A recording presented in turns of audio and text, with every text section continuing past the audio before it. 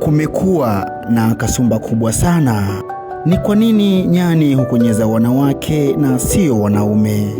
Mkurugenzi wa kituo cha utafiti cha Kingupira cha Tawiri, ambaye pia ni mtafiti, Bwana Samuel Mtoka, ametoa majibu juu ya hili. Kwa nyani, kama nyani tuna aina 3. Wa kwanza ni nyani ambao wanapatikana kaskazini mwa nchi yetu, maeneo ya Serengeti, Arusha, mkoa wa Kilimanjaro, wanaitwa olive baboon kwa maneno ya Kiingereza au nyani wa kijani kwa maneno ya Kiswahili.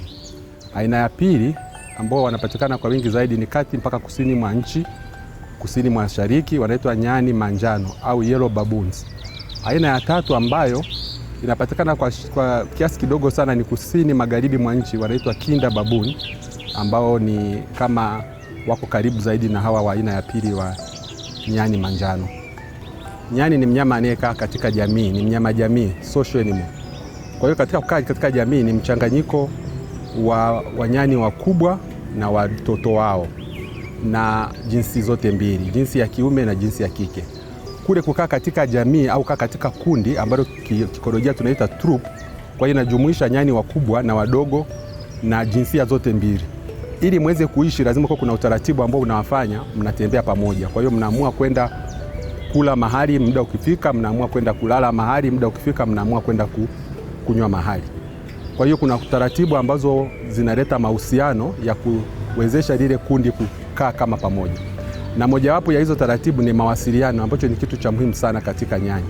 Nyani wanyama ambao kama nilivyosema wako karibu na binadamu kama primata. Kwa hiyo wana macho mazuri, wana masikio mazuri na wanaweza wakasiliana pia kwa sauti na pia kwa mijongeo, niseme gestures. Yani kuna namna ambayo mtu akikaa hata kwa binadamu au akaonyesha ishara fulani, mawasiliano yanaendelea.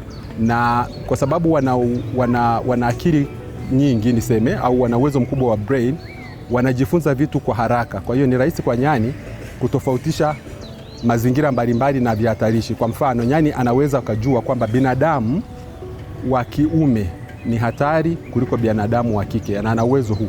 Inawezekana wanaweza kugundua kwa njia zingine ambazo hatujathibitisha kitaalamu, kwa mfano harufu labda, hiyo siwezi kusemea sana, lakini kwa kutazama pia wanaweza wakajua huyu ni mwanamke na huyu ni mwanaume.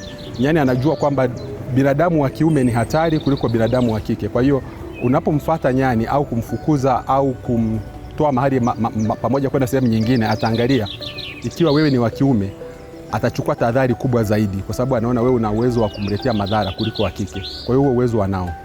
Lakini pia katika kuwasiliana kama nilivyosema, wanatumia, kuna namna ambayo huwa wanakonyeza macho, lakini zile huwa ni njia za mawasiliano ambazo zinaonyesha either kutishia au kutaka kumfanya mtu aondoke mahali, lakini sio moja kwa moja kama jinsi watu wanavyosema kwamba wanawasiliana kingono kwa binadamu.